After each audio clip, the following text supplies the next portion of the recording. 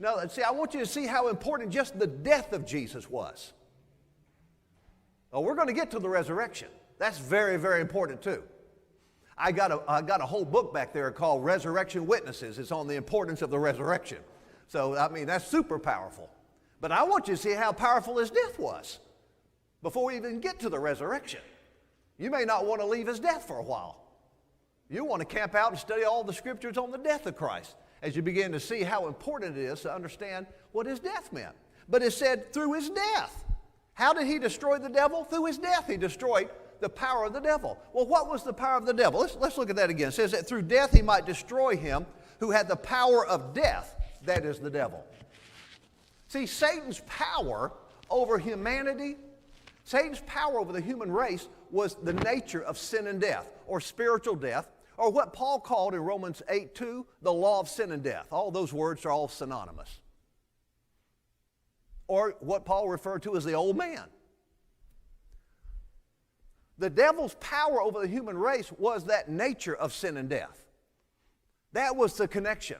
Remember when Adam sinned and disobeyed God and ate of the fruit of the tree, remember God said, the day you eat of this, you're going to die. In the Hebrew he said, in dying you will die. We talked about this last night. In dying you will die. In other words, you'll die twice. And we know physically he didn't die immediately.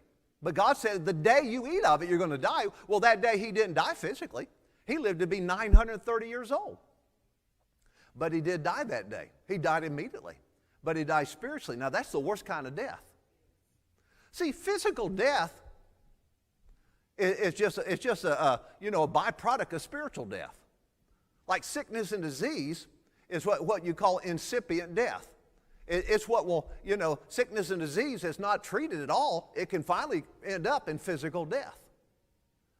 But everything, sin, sickness, disease, poverty, lack, all evil, the devil, demons, everything that's not of God, every bad thing came as a result of Adam disobeying God and allowing Satan to put his nature, which is spiritual death, into Adam's spirit. That's when the life of God left Adam's spirit and the life of the devil, which is spiritual death, came into Adam's spirit.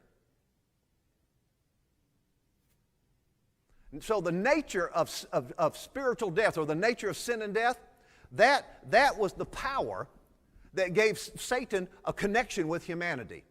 You could say that was Satan's scepter. Scepter's a ruling staff. That was his scepter. Remember, I think it's Hebrews chapter 1 right there talks about righteousness being God's scepter.